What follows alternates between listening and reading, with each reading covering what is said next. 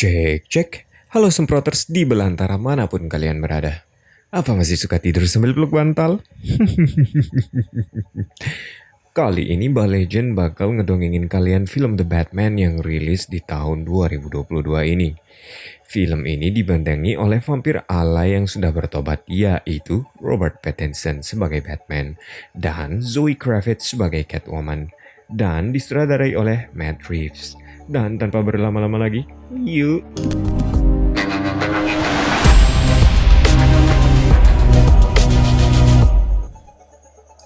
Dari awal film kita langsung disuguhkan dengan adegan pembunuhan sadis yang dilakukan oleh seorang psikopat bernama The Riddler. Riddler membunuh sang wali kota Don Michael di rumahnya pada malam perayaan Halloween.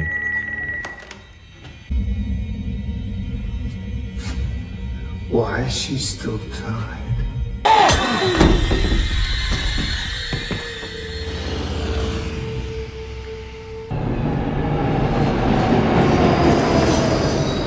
Karena kejadian itu, Batman dan Departemen Kepolisian Kota Gotham datang ke rumah sang wali kota untuk menyelidiki kasus pembunuhan tersebut.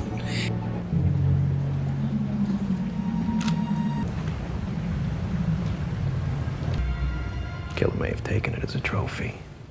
Di tengah penyelidikan, tiba-tiba saja datang Komisaris Pete Savage yang merasa marah karena Batman diizinkan masuk ke TKP pembunuhan.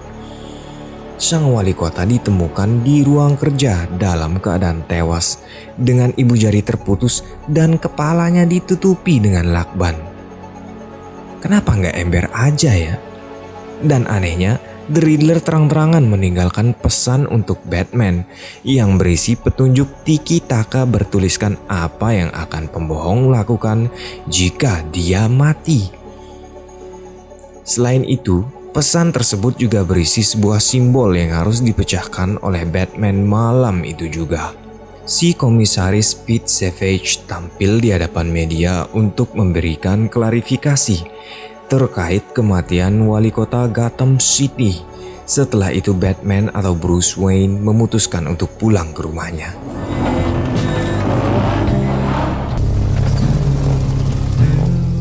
Kemudian, ia pun membuka lensa kontak canggihnya untuk melihat kembali rekaman kejadian di TKP sebelumnya. Tak berselang lama, Alfred, orang kepercayaan Bruce Wayne, datang untuk membantu Bruce memecahkan teka-teki yang ditinggalkan oleh The Riddler. Berdasarkan cocok logi atau analisanya, Alfred pun menemukan jika teka-teki itu merujuk pada kata drive yang berarti mengemudi. Atas petunjuk itu, Batman merasa ia harus memeriksa mobil wali kota. Batman dan Letnan James Gordon kembali untuk memeriksa TKP. Mereka pun masuk ke dalam parkirannya. Untuk ukuran seorang wali kota, Don Michael ini punya banyak mobil mewah. Mungkin itu hasil mulung di Sungai Ciliwung ya. Setelah memeriksa mobil, mereka menemukan sebuah USB dengan gantungan kunci berupa jempol dari si wali kota.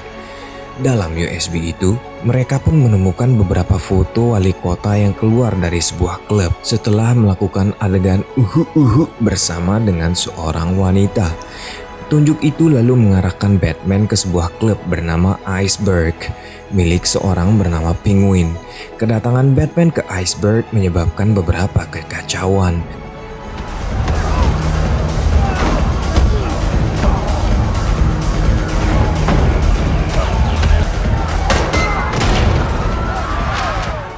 Karena keributan itu, Penguin pun akhirnya keluar dari sarangnya dan menanyakan apa tujuan Batman datang ke klubnya.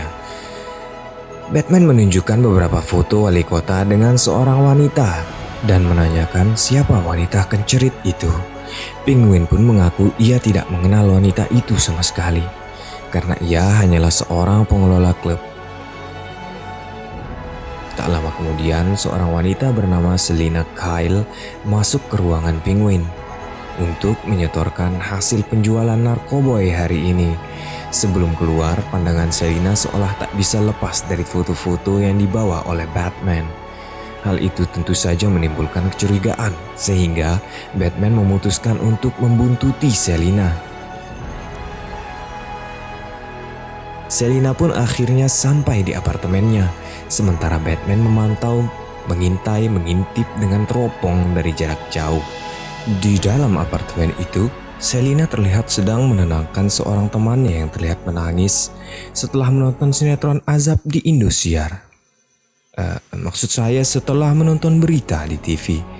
Tak disangka teman Selina itu ternyata adalah wanita perkenceritan yang ada di foto bersama wali kota. Dia bernama Annie. Setelah itu Selina masuk ke dalam kamarnya mengganti pakaian dengan sebuah kostum dan pergi dari apartemennya. Melihat hal itu, Batman semakin tertarik dengan Selina. Jadi, ia pun terus mengikuti Selina kemanapun ia pergi. Tak disangka Selina ternyata pergi menuju TKP pembunuhan wali kota. Sesampainya di sana, ia pun membuka sebuah brankas. Namun, Batman yang tiba-tiba datang memergokinya dan mereka pun melakukan adegan baku hantam.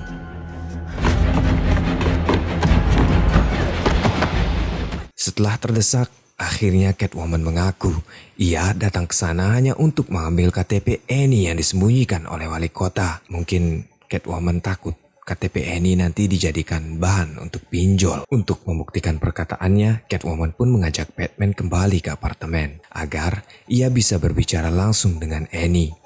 Naasnya sesampai di sana, mereka melihat keadaan apartemen yang sangat kacau. Ditambah dengan Annie yang tiba-tiba menghilang dari sana. Dan tepat setelah itu di TV terlihat The Riddler yang sedang live memperlihatkan dirinya membunuh Komisaris Speed dengan sangat sadis.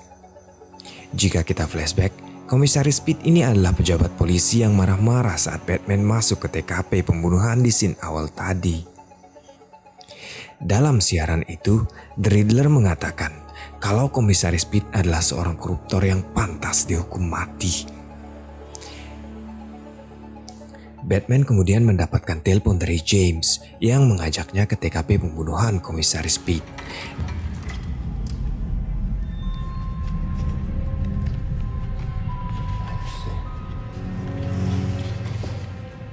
Dengan teka-teki itu, Batman kemudian mengirim Selina masuk ke iceberg untuk mencari Annie, sekaligus mengungkap rahasia yang ada di dalamnya.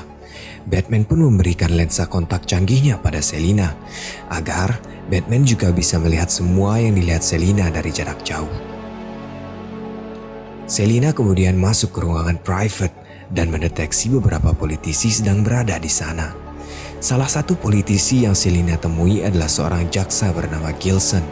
Keadaan Gilson yang sudah mabuk lalu dimanfaatkan oleh Selina untuk menggali informasi darinya.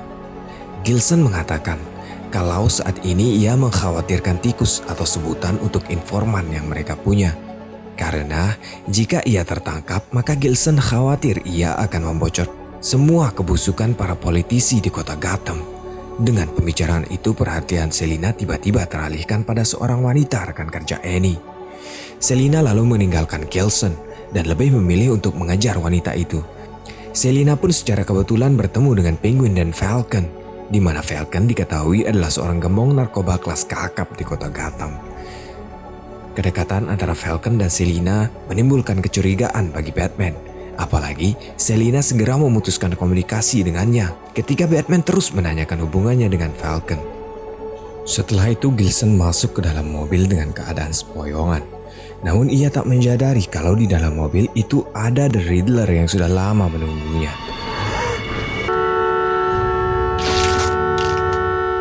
Scene lalu beralih memperlihatkan Batman yang menyampaikan pada James sebuah fakta baru tentang keterlibatan beberapa politisi dengan jual beli narkoboy dan bisnis haram di kota Gotham.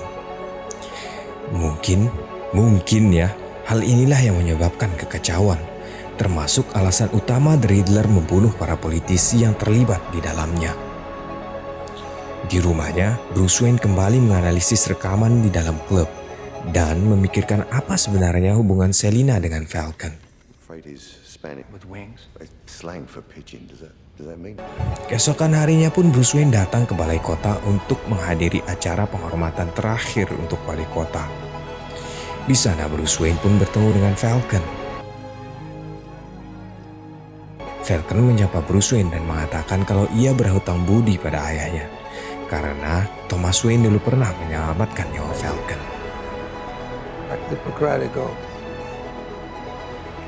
Kemudian Bruce Wayne juga dihampiri oleh seorang wanita bernama Bella yang sekarang mencalonkan diri sebagai wali kota yang baru. Ia mengetahui pengaruh nama keluarga Wayne di kota Gotham. Jadi ia pun meminta Bruce Wayne untuk membantunya membangun kota Gotham. Di tengah acara penghormatan, semua orang di balai kota tiba-tiba terkejut melihat sebuah mobil melaju dengan kecepatan tinggi, menerobos masuk ke dalam gedung.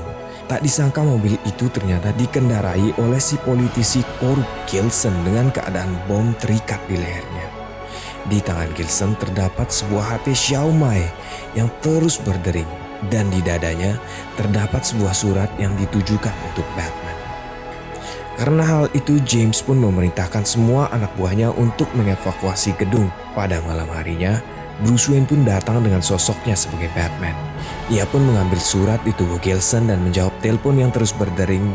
Dalam sambungan telepon, The Riddler mengancam akan meledakkan bom di leher Gilson jika ia tidak mengatakan siapa sebenarnya sosok tikus atau informan yang dilindungi oleh Gilson. Gilson tentu saja memilih bungkam, karena apabila ia mengucapkan identitas si tikus, maka semua pejabat termasuk istri dan anaknya sendiri akan ada dalam bahaya.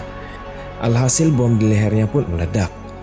Batman yang terkena ledakan akhirnya pingsan dan dibawa ke kantor polisi. Saat para polisi mencoba membuka topengnya, sontak saja Batman sadar dan akan menghajar para polisi itu. Beruntung ada Letnan James yang percaya kepada Batman membantunya untuk kabur dari para polisi yang penasaran.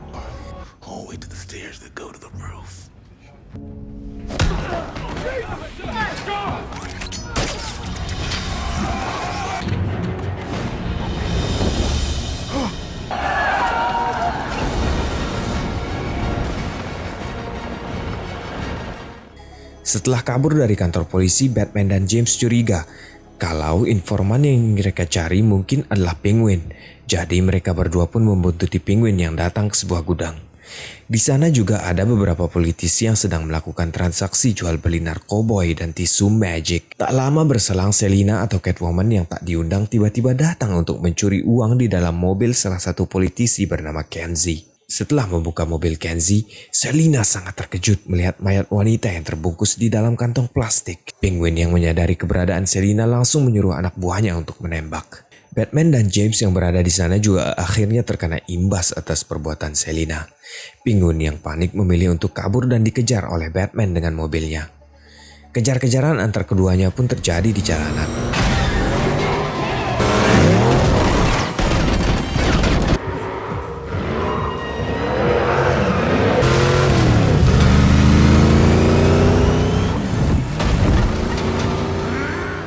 Namun ketika Penguin merasa sudah aman, Batman datang dari kobaran api dan langsung menghentikan Penguin.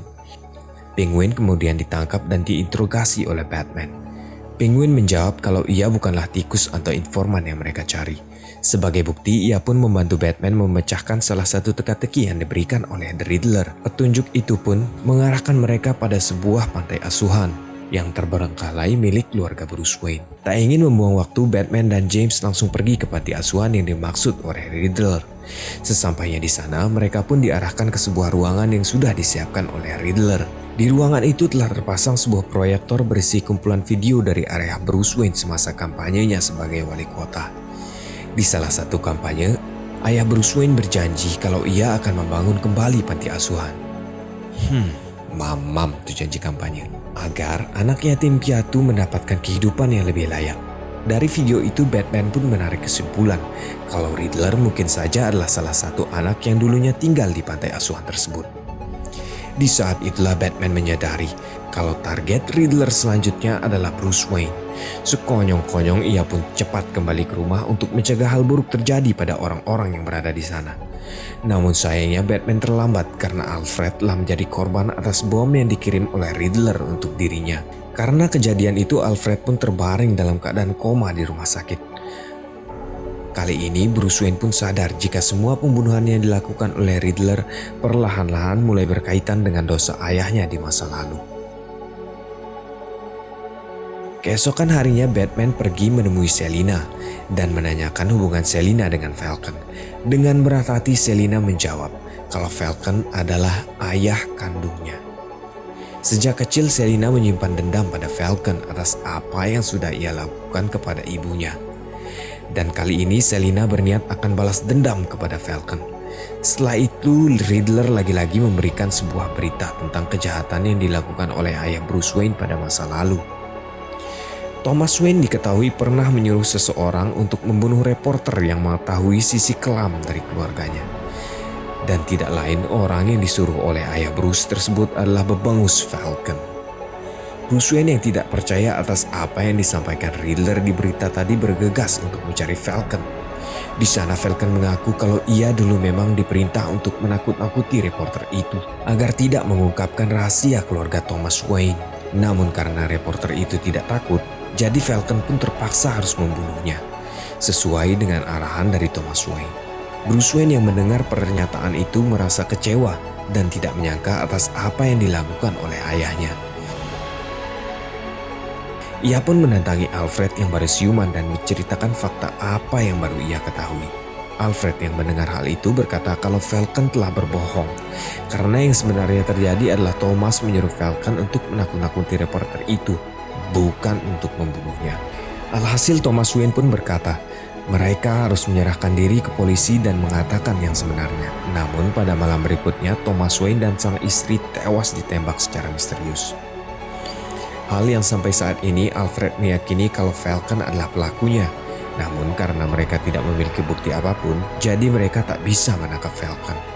Alfred pun menegaskan kalau Thomas Wayne adalah orang baik yang hanya ingin melindungi istri dan anaknya. Semua yang ayah lakukan bukan atas dasar ambisi politik, tapi hanya demi keselamatan keluarganya. Dari handphone Annie yang ada di tangan Kenzie, mereka pun menemukan sebuah bukti berupa rekaman suara detik-detik terakhir Annie ketika ia dibunuh, di mana ternyata dibunuh oleh Falcon dengan cara dicekik. Annie dibunuh karena ia mengetahui fakta tentang keterlibatan para pejabat pemerintahan dalam kasus penyebaran narkoboy di kota Gotham. Kini mereka pun sadar kalau Falcon adalah dalang dari semua ini. Selina pun bergegas menemui Falcon untuk membunuhnya. Selina yang sudah ganti kostum langsung masuk ke dalam klub dan menemui Falcon di ruangannya. Selina dan Falcon pun terlibat baku hantam.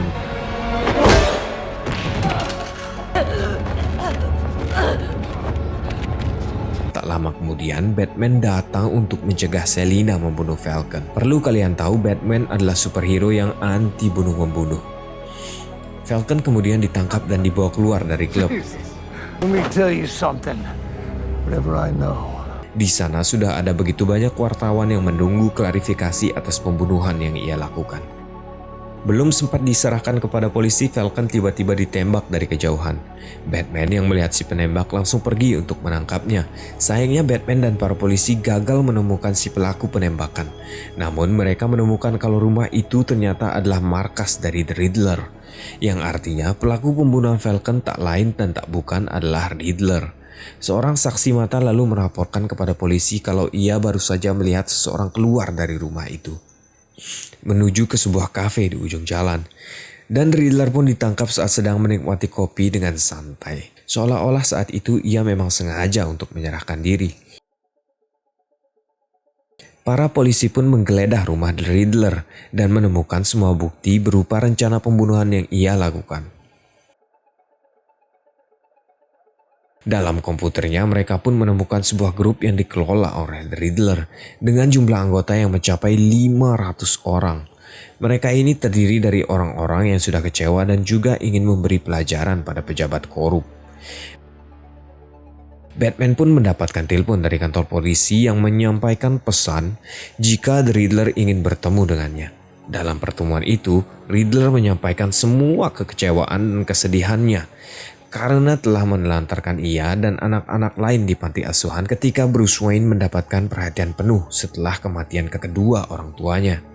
Mereka yang ada di panti asuhan malah ditelantarkan dan harus menyaksikan satu dari persatu mereka mati, entah karena kelaparan atau kedinginan. Dendam itulah yang membuat Riddler tumbuh menjadi seorang yang benci pada politisi negara. Sebenarnya, semua yang dilakukan oleh Riddler didasarkan pada kekagumannya terhadap Batman dalam memberantas kejahatan. Namun, ia memilih caranya sendiri untuk menghukum para penjahat dan pejabat korup. Batman yang mendengar hal itu tidak sudi disamakan dengan seorang psikopat seperti Riddler. Melihat tingkah The Riddler yang sangat santai membuat Batman curiga jika The Riddler sudah merencanakan kejahatan yang lebih besar. Alhasil Batman pun kembali ke rumah The Riddler dan mencari petunjuk lain. Tak disangka ia pun menemukan gambaran peta di bawah karpet yang bertuliskan "A Real Change".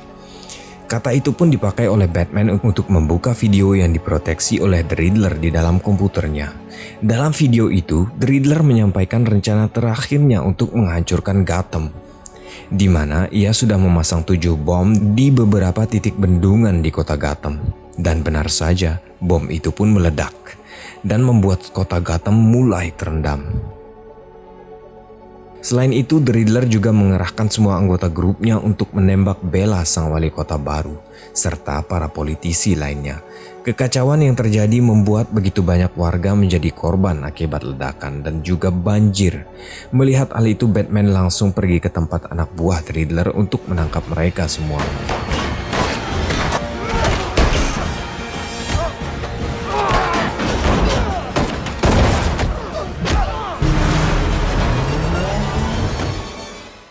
Ia juga dibantu oleh Catwoman dan para polisi untuk mengalahkan semua pengikut dari The Riddler. Setelah itu Batman pun nekat untuk turun ke bawah untuk mengevakuasi para warga yang terkena banjir bandang. Sampai hingga matahari terbit terlihat Batman dan para polisi sibuk mengevakuasi semua warga dari banjir yang mulai surut.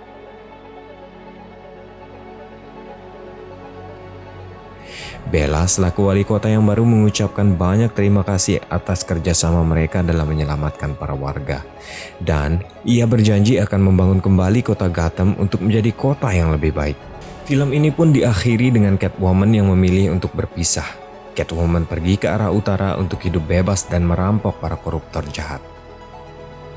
Sementara Batman tetap di sana untuk merubah Gotham menjadi kota yang lebih baik. Pelajaran yang dapat kita ambil adalah sistem yang bobrok dan pemerintah yang korup akan melahirkan pemikiran-pemikiran yang ekstrim. Berubah mulai hari ini, dimulai dari diri kita sendiri. Terima kasih sudah menonton Kata Cerita sampai menit ini. Support Mbah Legend dengan like, subscribe, dan tekan tombol loncengnya jika belum. Silakan berikan kritik dan saran pada kolom komentar. And finally, until next time.